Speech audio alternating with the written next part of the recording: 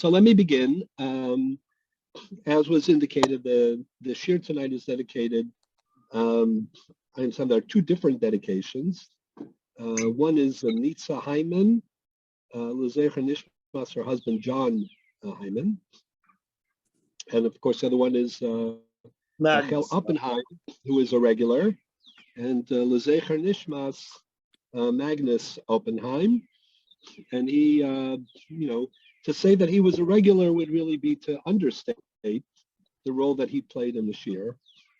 He was not only a regular, but he was really a force, of enthusiasm and of dedication.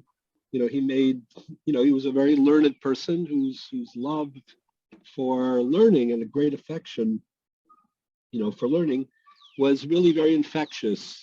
His joy at I think all the shiurim that he went to, but what I experienced, certainly certain kind of infectious enthusiasm. He had a very strong background. He loved to learn. He had very good insights, and he took tremendous pleasure from from Divrei Torah and from concepts of Torah.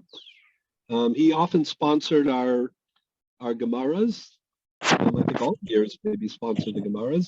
He did that very modestly, but that was, but his mostly, I think, the impression, the love of learning was very palpable. And, he delighted in having heard shiurim from Rav Soloveitchik Zatzal and other big Talmidei Chachamim. He really had, great pleasure telling about that and regaling about his time in Washington Heights and different yeshivot. Whenever he'd come to a shir, if he'd miss a shir, he would always either call me up in advance or ask me to give a little bit of a catch up, so he would be able to follow, and participate. So really, he's very unforgettable. We miss him a lot, and it's really a special privilege, for the shir to be dedicated in his memory, and the neshama should have an aliyah, and all the good things that he did, and especially the dedication that he had to the Talmud Torah is something that all of us, can really emulate. Okay, so thank you, Rabbi. Amen. Yeah, I see David now on the screen. So, okay, it's always good. As I think was said earlier, it's always good to see David present. Thank you. Right, his mother. Just to go back in time, his mother was friendly with my late mother. To go all the way back. In Washington Heights. Heights. Yeah, absolutely. He used to speak very, very warmly about his days in Washington Heights, and he had a terrific sense of humor, and he was a good storyteller. But the main thing is, remember when we wouldn't, if we were dawdling a little in the beginning of the shir, he'd also give us, as do you, I think, a little musser, like, no, time to start. Am I right? He never was unhappy. He's always had a good mood, very good to everybody in the shir. Yeah. And even when he had trials and tribulations and he was in the hospital, I'd call him up. He was always very positive and very optimistic, and always waiting to get back to the shir. And as I say, really a very special man. Yeah, Raquel, we miss him. He's a great guy. Thank you. We do too.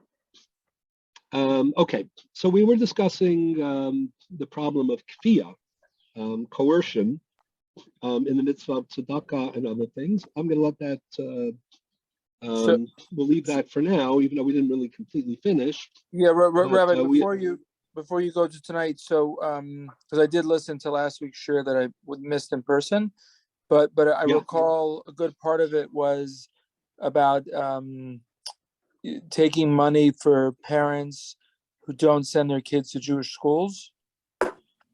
Correct.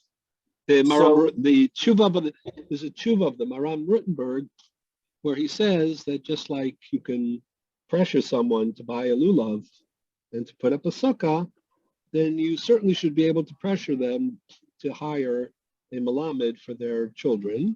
And his view, and some of the poskim accept this, is that a person's property is actually mortgaged or liened to that obligation.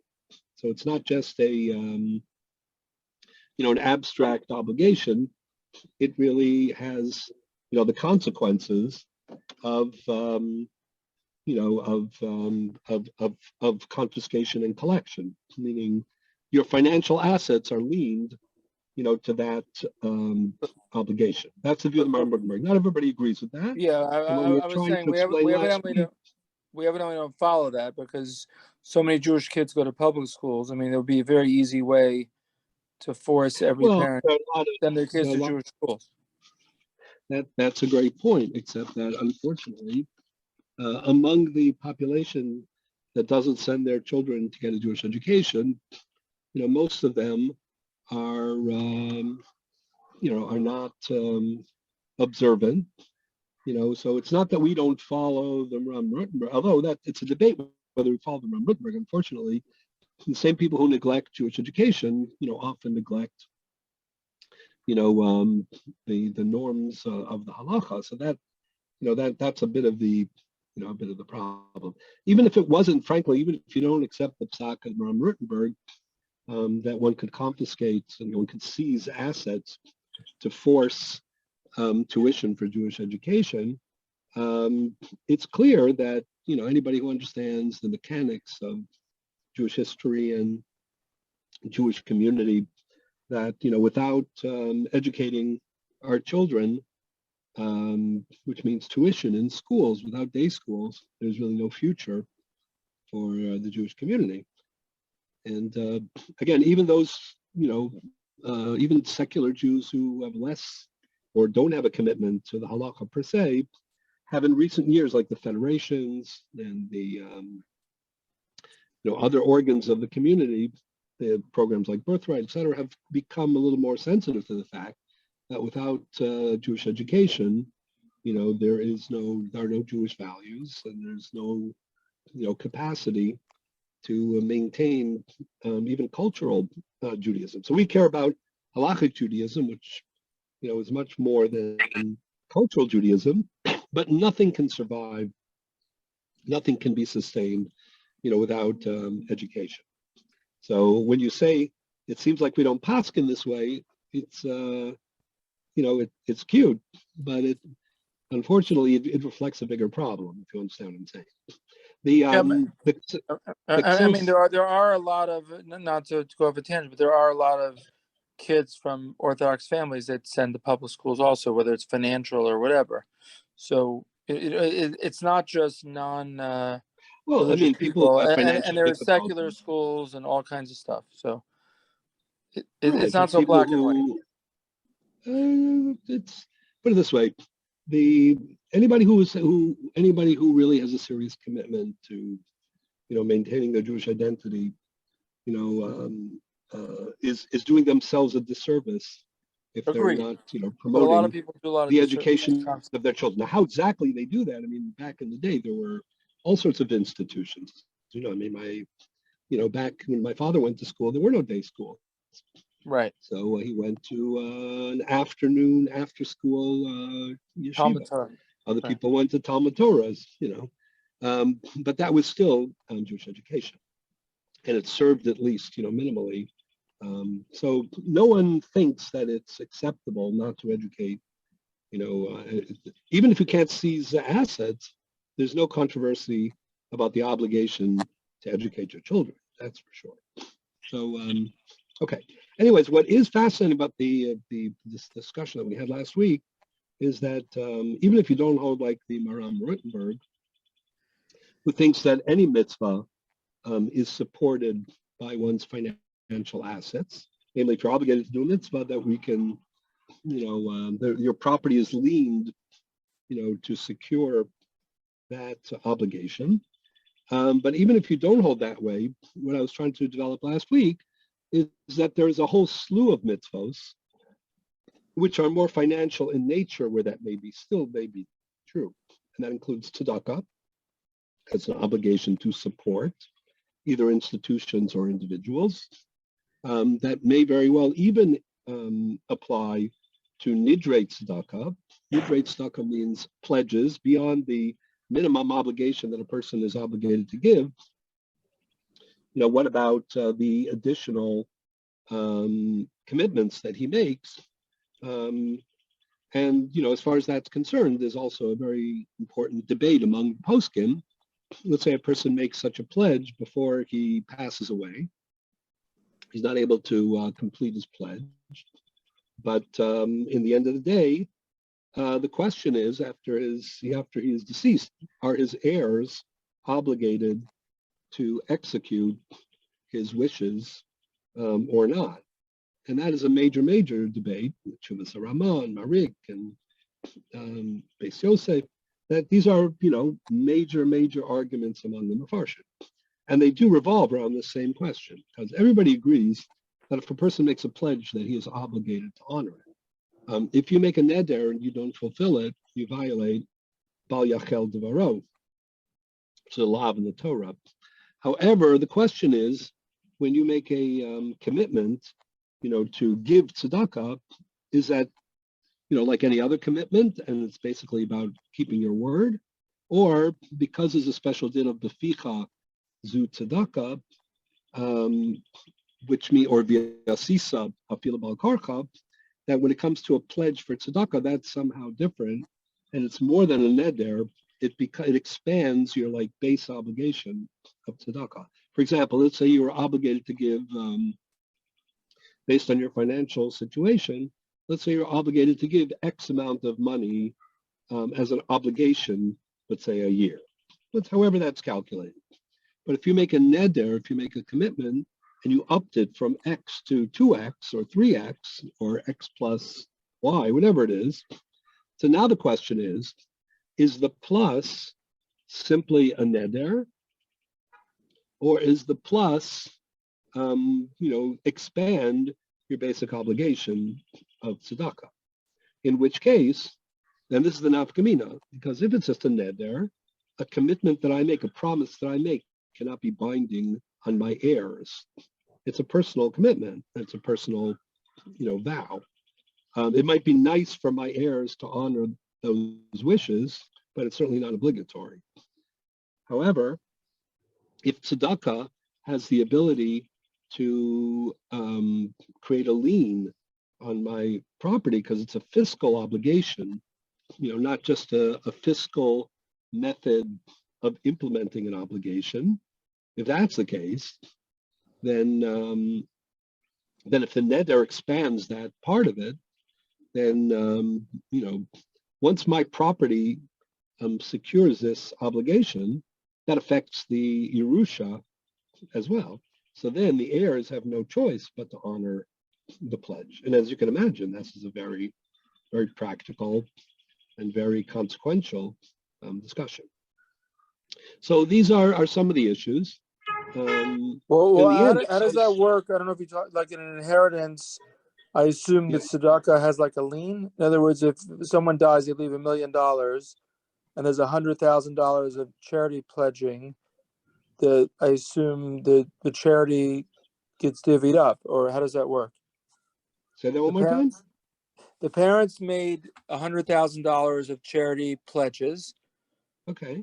10% of the estate, whatever the numbers are. Right. I assume the kids have to honor the charity pledges first before they take their money, right? I mean, it's not their money. Well, that's what we're discussing. If the pledge turns into a lien of the person, of the donor's property, so then that that is separate from, that's not a din of Yerusha anymore. It's just like if any other lien that I leave in my property, and that that is, it's not if you hold that nidrei tzedakah create a shibud, which is what we're talking about, so then it's not the choice of the yorshim anymore. It's automatic, because while the fellow was alive, he made the pledge, and when he made the pledge, his assets secured this obligation. So those assets override any condition in a will, because the will takes place after the assets have already been, targeted for the repayment or for the payment of the pledge. But if you don't hold that, then what? If you don't hold that, then it's not. if you don't hold that, and it's a 50 argument among the poskim. If you want, I can read you the lines again in the Ksos. Maybe I will, just to go back for a couple of minutes.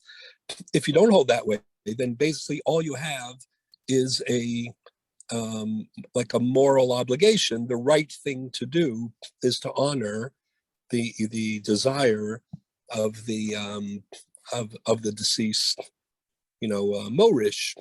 But you don't have to. But there's no financial obligation to do that.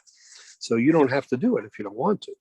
Again, if you want to see where this is, going back to not the new Mar Makomos, which I'm going to get to hopefully in a minute, but if you go back to the Ksos HaChoshen that we were discussing last week, so this is, I'll tell you what page it is.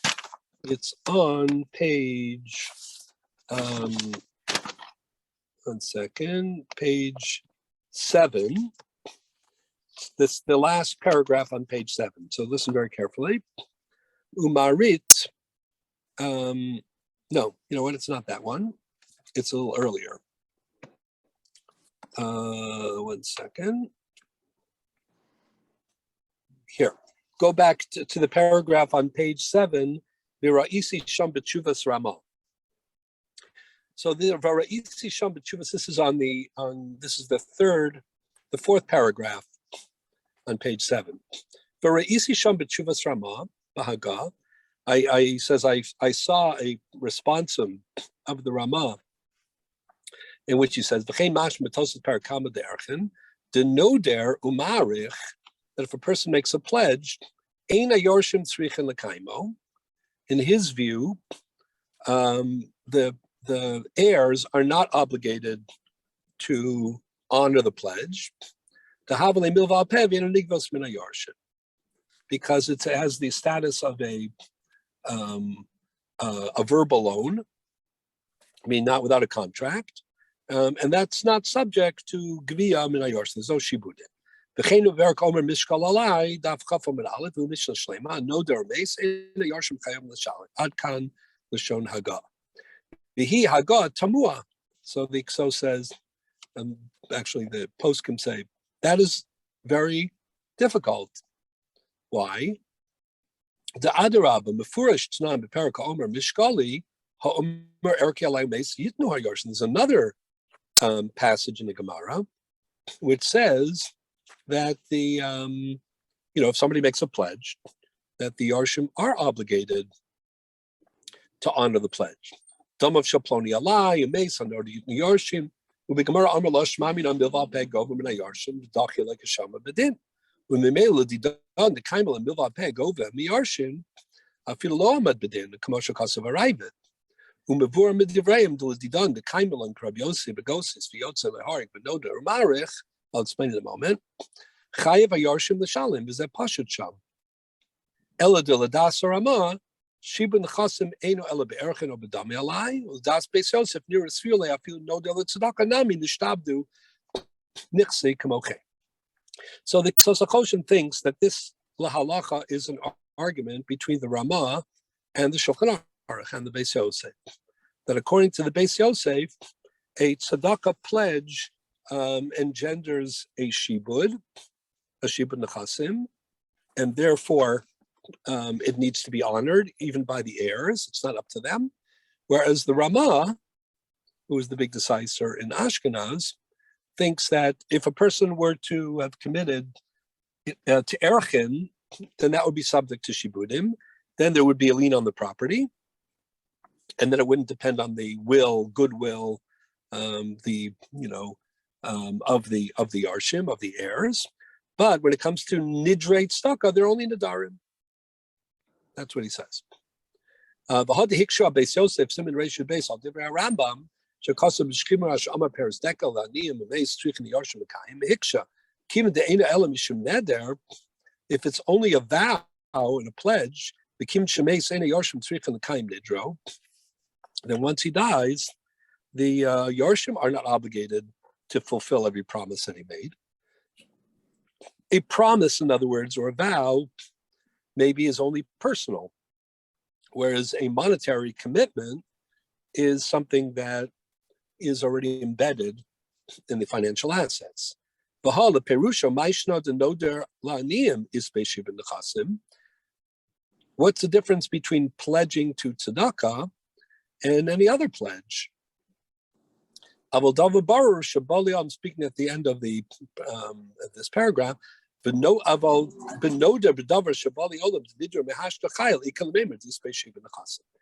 Marit, this is the last paragraph on this page. The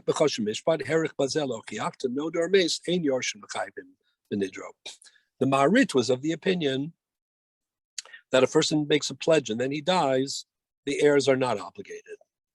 So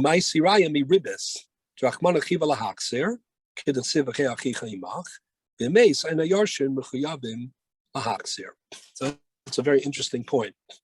If a person, a person is not allowed to charge ribis to another Jew, correct? Let's say he does. Yes. So the Gemara says in Bab Metzia that the loveh, the debtor, whose ribis was accepted, whose interest payment was accepted, was collected, he can demand that it be returned. Ribis kitsutza, it's called yotze b'dayon. Well, ribis is unusual because it's a lav on both of them. It's a lav. Hold on one second, I'm not hearing you. One second. Say that again. Ribis is unusual because it's a lav on both of them. Ribis is unusual slav on both of them, and even then, the rule is that if somebody gives ribis voluntarily, he can retrieve it through the courts. However, let's say he dies, can his children retrieve it through the courts? So the Gemara says in Bab Metzia, the answer is no. He, meaning the loveh, the debtor who paid the ribis, he can retrieve it, but his heirs cannot retrieve it. So the Marit says, in my opinion, the example of ribis is similar to the example of tzedakah, namely that the person himself is obligated, but his heirs have no right, have no obligation. So as you see, I'm not going to, go into this more deeply because I want to get on to another topic very as much as we can. But you can see that the poskim are trying very valiantly to define what is a commitment and an oral obligation and a neder, and what turns into like a financial obligation and a fiscally secure kind of an arrangement, and the differences are huge.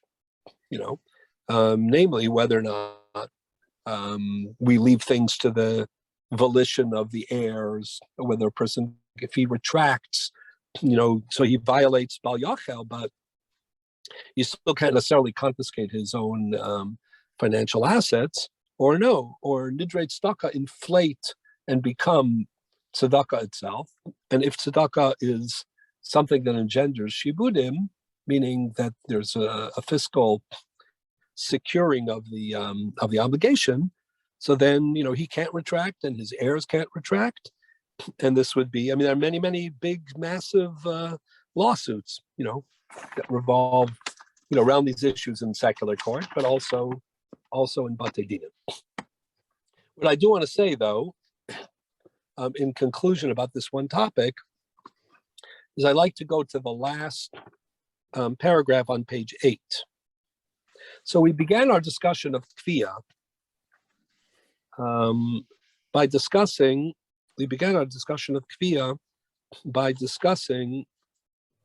the problem of mitzvah shematan schar b'tzeda, bezdin was orin aleha or not. And we began our discussion of with that Tosus in Bava Basra, and we give all sorts of answers. So it's really fascinating is that in the end of the piece of Exos, if you have this last paragraph, he comes back to this very issue and ends up making a parallel suggestion to what I was trying to project. You come in the passenger seat. Yeah, hold on one second. I'm just going to switch my And I'll do my position for a second. Yeah. Hold on one second.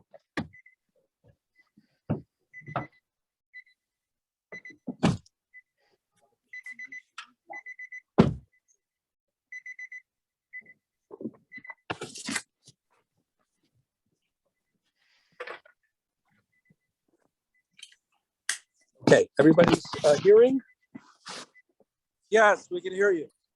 Okay, there's going to be some driving going on here, so I'll try to speak a little louder.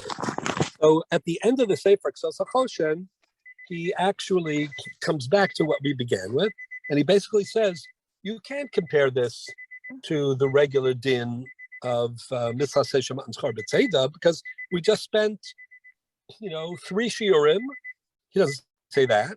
Many lines and paragraphs trying to show that tzedakah, and maybe even nidrei tzedakah, and maybe even things like erchin and pidyon haben and things like that have a monetary aspect that is so central that treating them as if they're like picking up a lulav or building a sukkah is totally halachically inaccurate. And therefore, where's that alarm coming from? Where's the alarm? Are you asking out of there was a noise. There's curiosity, no, there's a noise. Is that okay? Yes, there is a noise. There's a noise. Okay, thank you. When one gives shiurim, any place in the world, any time in the world, dedicated to the shiur giving, sometimes our background voices. All good. Yeah, exactly. So, yeah. So, given that is the case, meaning that tzedakah, you're hearing the noise.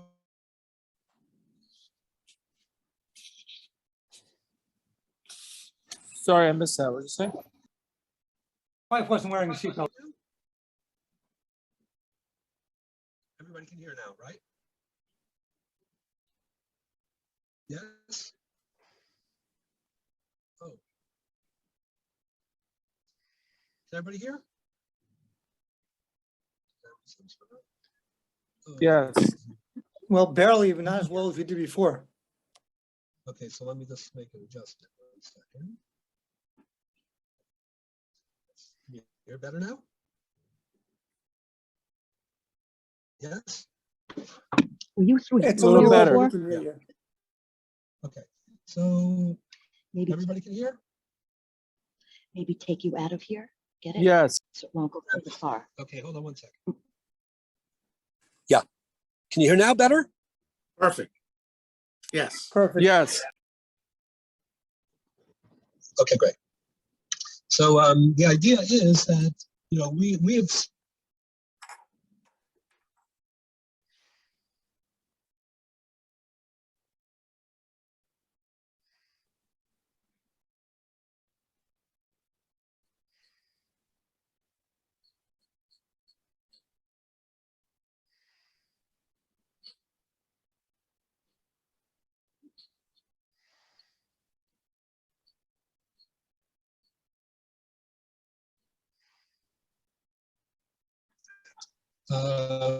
he says the following.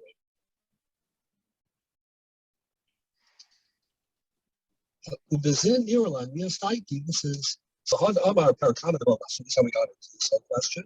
Kesem base. Achte Rav Ami Litzedakah. The Amar comments say Shemat Niskar B'Tzido Ein Bez and Kofin Allah. The Kfar Niskashu Kol HaRishonim. All the Rishonim asked the question. How can there be Kriya when it says Lamani Varech Hashem L'Kacha? But Lefi Masha Kasavu says Tzosakosha. The B'Tzedakah is Be'Shibud V'Kasim Nite Mamonu L'Tzedakah. Tzedakah isn't a simple regular mitzvah chiyuv. It is that, but it's so much more. Mimkein mamon anim gabehu. That's a very strong line. Meaning, when I'm holding on to my well-earned money, I spend hours and hours and hours in the office, or in the fields, earning this, accumulating all this money. I'm really holding on to the money of aniyim. Ki'ilu chayiv lahem chov mamish, says the Ksos HaChoshen. Very strong words, as if I really owe it to them. It reminds us of the words of the Ra'ah, the ritual.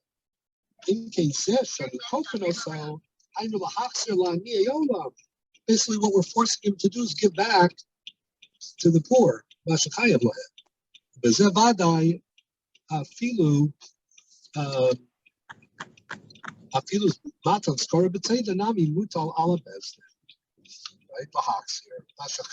Keep it in the sign. The Dafka mitzvah say she ain't no mishum shibud b'chasim. Who don't mean to keep the mountains carbon say they bezin kovu. Is that nachon eitev? The Ksos HaChoshen gives himself a pat on the back. He says, "I gave a really good answer to this question. You know, I spent pages and pages, analyzing this topic, developing a certain theme, and now we can really answer that question." Of course, the irony is that before we read the pages and pages of the Ksos HaChoshen, when we read the Ra'ah, we were already on that pathway in the red class. This is an excellent confirmation with added nuances that really brings home, exactly what we have been discussing. Okay, so that's all I want to say about that. And now I would like to turn our attention to a related topic, also a really fascinating topic. We have this week, just not so much more time, but we have today and next week to discuss, and that is another aspect of coercion. So now we're talking about coercion and mitzvahs, and different types of mitzvahs. I thought, given the time we spent on it, we should talk about coercion in transactions. But here, not forcing you to do good, but a strong man, somebody who imposes his will on someone else to force them to sell an object to him. This is a kind of, improper behavior. But to see under what conditions, that is effective. Okay, everybody with me? So the new marmuk almost everybody has? Yes, we have the new Makamos. Okay, great. A little bit of acknowledgement helps. Okay, so we're going to start with the Gemara in Basra, about Ben Zion Boban Aleph. Very famous Gemara, which again is really touches on an issue that is very, very crucial in Allah. So the Gemara in Basra on Ben Zion speaks about. I'm going to skip the beginning of it. Let's make sure I have the right pages here. Yeah. So it starts with the Talmud Bavli Masehet Baba Basra of Mem Zayin Amidis. Okay. I'm going to start to see the first paragraph. I'm going to start with 2 lines before the end of the first paragraph. If you have a Shas Gemara, it's on Mem Zayin Amidis. This is one of the most famous Gemaras, and really one of the most difficult sugyas to understand. The Gemara says, First, I'm going to go through some of the Gemara, then we're going to go circle back and discuss the implications. The Gemara says, Rafuna says, Taluya v'zavin, svini, svini. If a person holds up another person, Rambam explains by the talu means that he's physically torturing him, or he's pressuring him. In other words, Reuven owns a property or an object. Shimon wants it really bad. So Shimon is using improper tactics to force or to pressure or to force Reuven to sell to him. So the Gemara says, Talui b'zavin, if this takes place, svini, the mecher is still coming. That's a shocking conclusion. My taima, why should this be so? In other words, a sale that is pressured is still a sale. The Gemara says, why is this so? Let's take a pause for a moment. What do you mean, why is it so? Should it be so? Because, number one, this is a despicable, display of might and power. right? We certainly don't encourage that from a moral point of view. There's a category in halacha. Some years ago, we looked up Mitzvah, like when two people are disputing about the ownership of an object, like who it really belongs to. So one of the ways of resolving certain very, very specific conditions is kol da'alav gadol. Whoever is stronger, and whoever ends up with it keeps it. And, that's a very limited case. And even that, the Rishonim were very, I wouldn't say scandalized, but they were very defensive about how to be, that might would make right. And they explained it doesn't really mean that if you're more powerful, you win the Torah. It really means that like people feel that justice on their side are relentless, in pursuing their own. Like if I'm trying to steal from you, I'm going to be less committed, than you who are trying to defend your real ownership is. I'm just giving it as an example that Kol Da'alav Gadol has its place. There's a very defensive posture about it because obviously the tactics are very unacceptable. The halacha very profoundly admires the hero options. People making decisions based on free will, and very much admires the principle of volition, ratzon, skama, das. That's like the bedrock of transactions. The halacha very much admires, and projects the importance of bias, ownership. Ownership is a very powerful thing. Geneva and Zela are considered heinous crimes because they challenge people's ownership. So the idea that all of a sudden we would countenance undue pressure, coercion when it comes to transactions is on the surface very problematic. We don't admire that kind of behavior.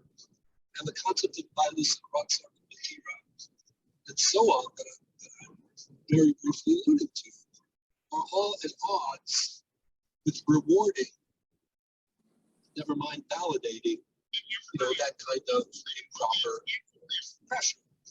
And yet, Rav Huna unequivocally poskins that Talmud is of it if somebody pressures you to sell your property.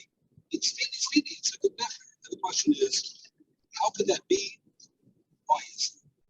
So at first glance, the Gemara says something very remarkable. The Gemara says, my time of wise is hold the mastin Kiddush, you love the honest law of a mastin. The Gemara says, well, if you think about it this way, why do people sell property or objects that they own? At least often, isn't it because they're under pressure? Meaning they have some urgent, need for the money. Therefore, even though they're reluctant to part company with their object, right? They feel the pressure and they succumb to it. We don't say, well, he would rather not have been in this situation. Therefore, the transaction is not found. You could be chazer. So every case, every transaction, implicitly, validates the role of pressure. And that's the Gemara's initial explanation or justification of Talmud Zavid. However, we can all understand that is, a very problematic equation. And the Gemara immediately rejects it. The Dilma Shiny says, Onsa the Nafshi, Onsa the Akrini. There's a difference. Well, yes, you did it, Sheila, and congratulations, and I thank you very much. Okay, thank you. Bye. There's a difference between internal pressure and external pressure. If I have considerations, love to keep, this book or this watch in my family forever. But there are priorities, right? Food on the table comes first, or some other, or Jewish education, or whatever it is. So those are pressures. Those are internal pressures. We could say about those that they are, also an act of will. In other words, at the moment, I have choices in front of me, given the reality of my situation. And given the choices in front of me, I make those choices, as an act of volition. Is that comparable to somebody putting a gun to me, threatening me with physical violence or economic violence? And not my internal calculations, but that person's external agenda interfering with my ideas. So that's exactly how the Gemara rejects this first idea. It's such an obvious rejection. You kind of wonder a little bit if you freeze frame, that line in the Gemara where the Gemara was avoiding external and internal pressure. Kind of wonder a little bit, what that is all about. Is the Gemara basically upgrading external pressure and saying, listen, just like if I have to make difficult decisions, that's not called coercion. I'm facing the options that exist in the real world at the moment. The fact that I would prefer that there be a different ideal world, that's a dream. That's interesting in terms of understanding things. But it's irrelevant in terms of defining what constitutes choice and free will and what constitutes coercion. Every time I have to make a decision that I'm unhappy with, instead of perceiving it as, autarky, as an absence of hastama or ratzon, instead I see it as the best decision under the realistic circumstances. So the Gemara is saying, the same is true when somebody puts a gun to your head. If somebody comes and he's an omnibus, and he has his own agenda, he says, listen, either you're going to sell me this property, or you're going to suffer certain consequences. So, that too is the reality of the present. And in the reality of the present, I have a choice. And therefore, the choice I'm making is free and clear. It's not free will, given the background that we don't start, from before the pressure. We start from the moment that after the pressure. Is that what the Gemara is saying? Or is the Gemara saying exactly the opposite? Is it saying, just like external pressure is not really full free will, and nonetheless, the threshold that's required in transactions is satisfied by it, so too, right? That's what happens in every case. So whether it's internal pressure or external pressure, in Ochanami, this is not chefetz maleh or ratzon muchlat or ratzon gamur. It's not a free act of what Rashban calls gover. But nonetheless, pressured agreement is also an agreement. In other words, when the Gemara is weighing the impact of pressure on decision making, there are basically two ways to understand the whole discussion. One is that the Gemara is just trying to figure out, what legally counts as free decision as opposed to compulsory. And what they're trying to suggest is there's no such thing as, ratzon ba'onis. The only way that ratzon ba'onis is good ratzon is if you eliminate the onus and you make it into background. But the decision at the moment is a free and clear decision. He has choices, and that is true for internal and external pressure. That's one approach to the whole thing. So we're just trying to figure out, umdim daito salado, whether or not, given the unhappy choices that he faces, whether or not this still qualifies as ratzon. The other possibility is to acknowledge that there's something called ratzon gamur. I'll read you what the Rashban calls gamur. A person really comes to grip and is satisfied with his choices.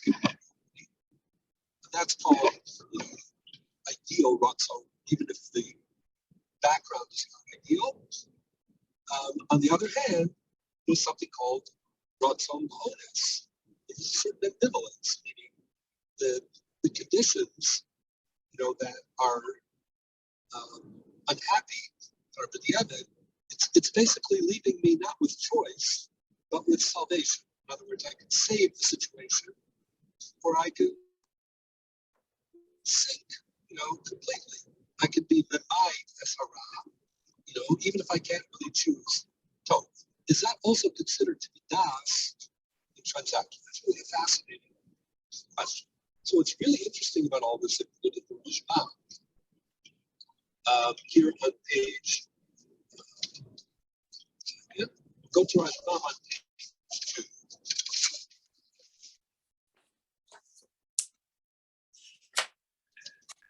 Suggests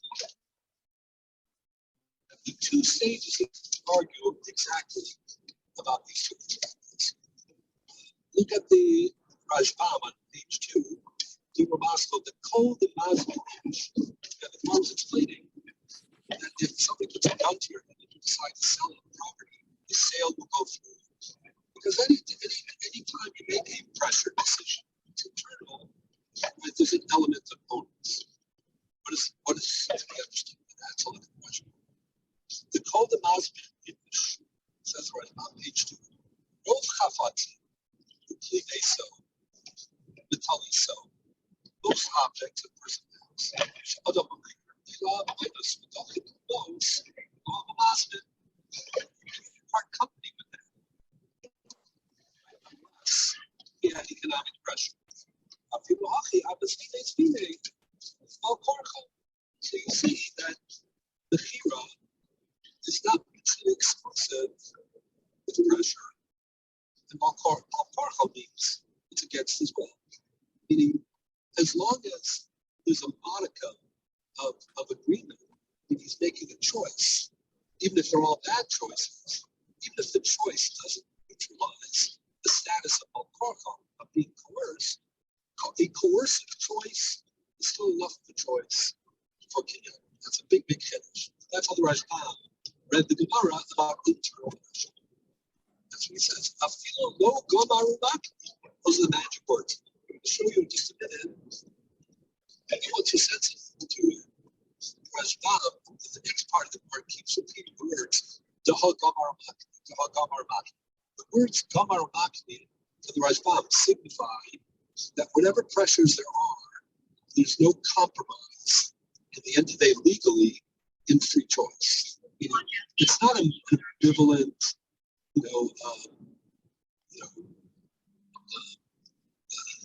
b'diavad, acceptable conclusion.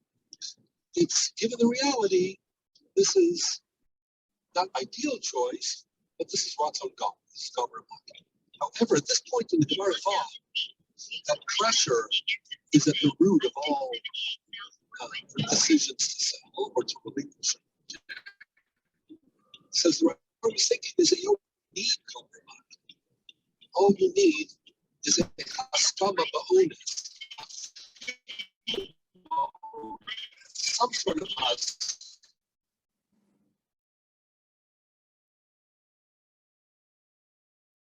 we never found that the Talmud, the Shlomo, makes a distinction between sale that takes place because of some sort of financial pressure and one that is completely malicious. So if that's true, this is the big thing. Afagab the onius, right? Mocher, right? Koda lokeach. So if that's true for internal pressure, the same is true for external pressure. Oh, the kibo dabin. Afagab the low gamar makni. Once again, this is a really crucial subtle point. Saying you're right, there is a compromise in his decision, in his will, but compromised will is still considered sufficient agreement. However, once the Gemara moves away from that, and you'll see in a couple of minutes, we're going to go back to interesting that Rosensweig drops the idea that we're dealing with some sort of a pressure that's coercive or compromise.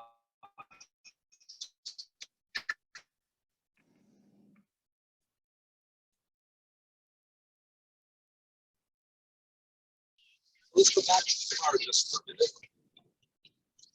Just 1 second. All I need to start this is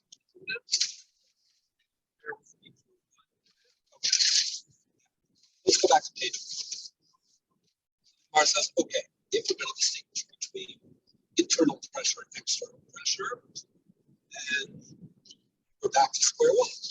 How do we know that external pressure is sufficient for a transaction? Ella says the Gemara, this is the next entry to have machines. Get a time passes the transition to then chesed knowledge goes to the Gemara. When it comes to bringing the carbon, Torah uses the expression yakriv also. Allow it to confidence. As far as Bob points out, the word yakriv denotes pseudonym, superfluous. It's as if to say, you know, yakriv, we're pushing you, we're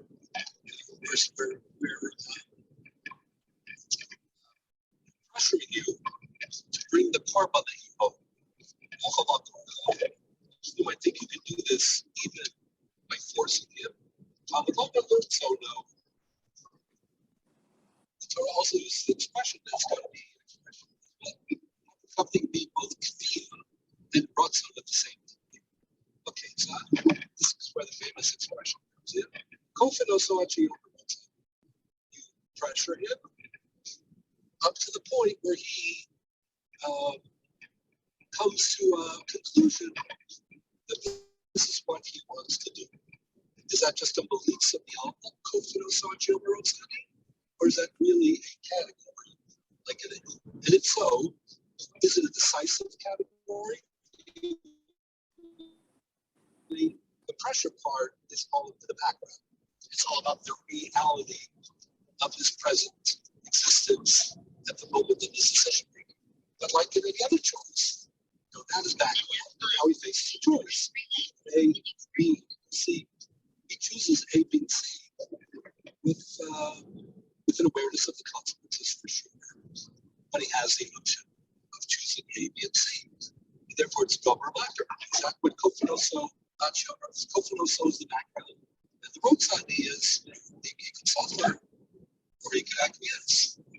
Or more likely, you would think that the fact that there is Kofinoso already dulls, already diminishes, already compromises the purity of his volition, of his roadside. The question is whether a compromised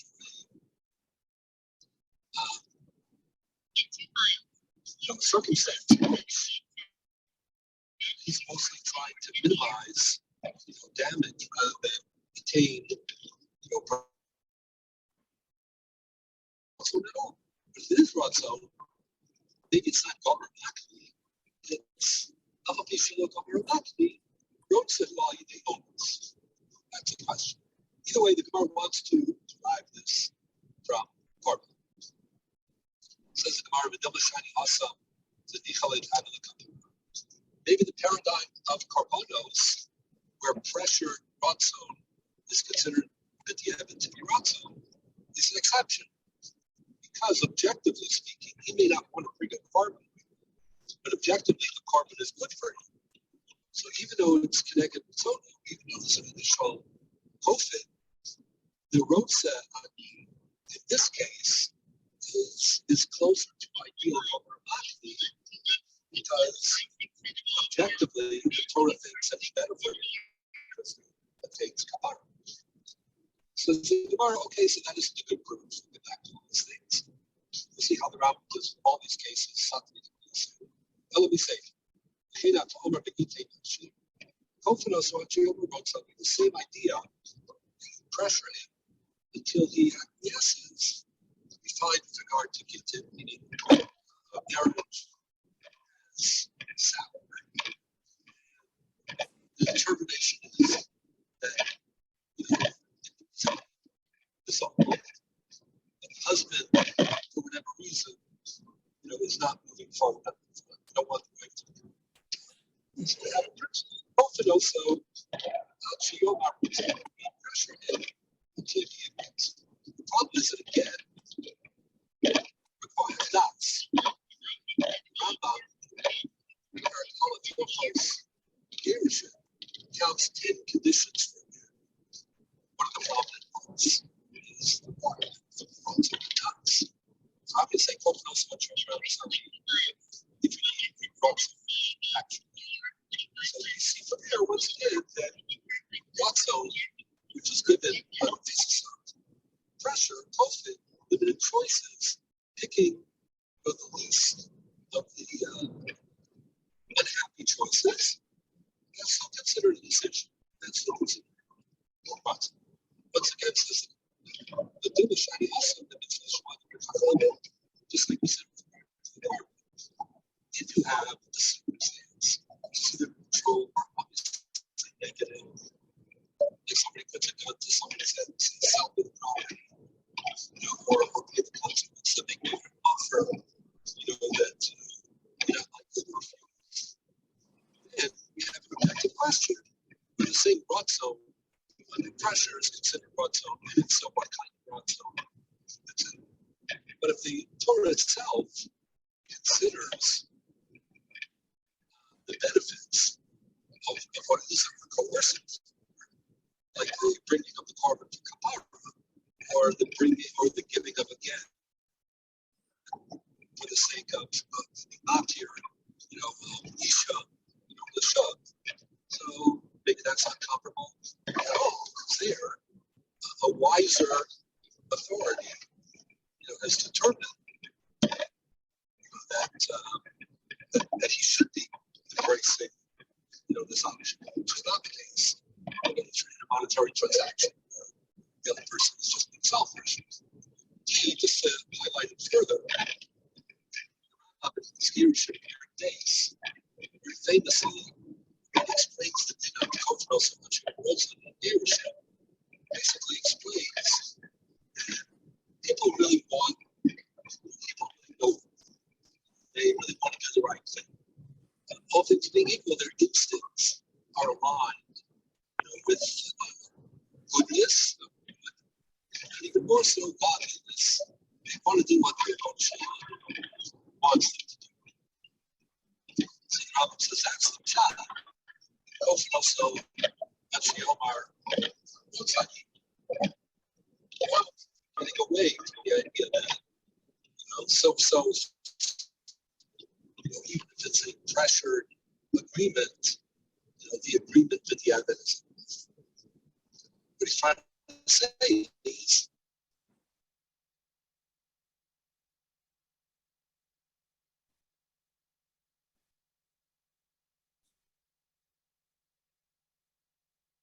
of doing the right thing. Rav mentioned about this Rambam often, as do many Bali Musar, like in the context of the idea that really people, if only they could cut through all the other agendas, all the other motivations. People really want to do the right thing. They want to be, plateau with some but that's very different. It has nothing to do with Talmud speaking, which the Gemara is trying to apply. But if someone wants revenge property, there's nothing about that objectively that makes it beneficial or the right thing for Ruben. That's different than the carbon of kapara. And again, which is mitzvah. So it could be that when the Gemara says mitzvah or the Gemara is not simply telling us that you could ask a pircha, therefore there's a hole in the equation that we're through. It could be the Gemara saying something more profound. That is, there are different categories of pressure acceptance. And in some cases, what we're really talking about is trying to identify objectively what is best, even for the apparent victim. Bala Korban, the Baal and giving a get, etc. So we'll have to see whether Lamaskana, these cases are all brought together as if they are the same, or the distinctions that the Torah makes, which are, very different types of categories, whether that is contained. Okay, what then is the svara? So far we're left with no svara. Again, we began with the idea that every sale is pressure, and the Gemara distinguishes internal and external pressure. Then came the possibility of learning from Korban. Then came the possibility of learning from it. Both of those are rejected. So what do we?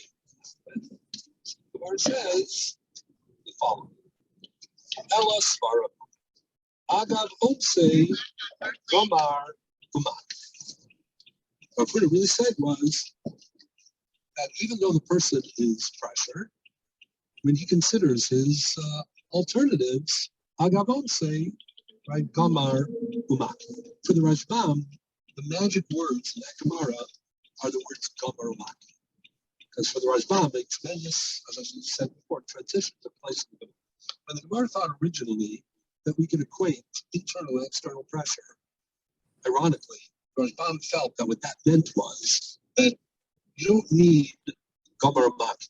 You don't need ratzon male. All you need is some sort of ambivalent, recognition, that of the bad choices that face you, this is the best. And now, in the maskana of the Gemara, what we're saying is a different idea.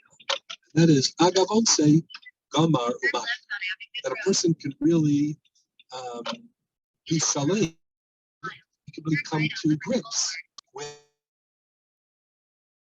reality of a forced choice, and he can embrace it given that reality.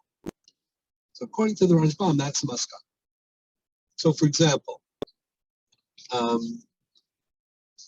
would there be a requirement of saying the words rotzani, according to where the Rashbam understands maskana of the Gemara, because really, at the end of the day, there is gamar makni, or is it only, when he also articulates rotzani? So we're going to have to stop here, but we're going to pick up with that in the Gemara and Baba Kama next time. I want to discuss whether or not coerced agreement, how it works exactly. So this is right now, and how that fits in to mecher, a sale, matana, giving a gift. Or makes that distinction. Question is why. Going back to Gittin and Korban. Gittin and Korban. And whether or not Can I go some more? of the words, A little more? Yeah, let's go straight. Whether or not rotzani makes a difference. In other words, to try to figure out whether there are not two categories of rotzon in transaction. One, regular rotzon, where you just, achieve a certain threshold of satisfaction and choice, with the transaction that you make, as opposed to acknowledging and kind of validating the concept of pressure, where you make an agreement out of pressure and what recourse you have under those conditions. So this is a good corollary to having discussed for a couple of weeks the concept of k'niyah b'mitzvah. So now we're talking about the concept of lachatz, or pressure, in transactions. Okay, any questions before we adjourn? We'll try to finish with this next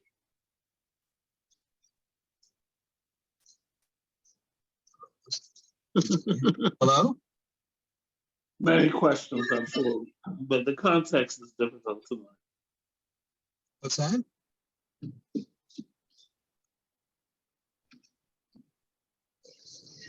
I didn't catch that. Do you want to read it?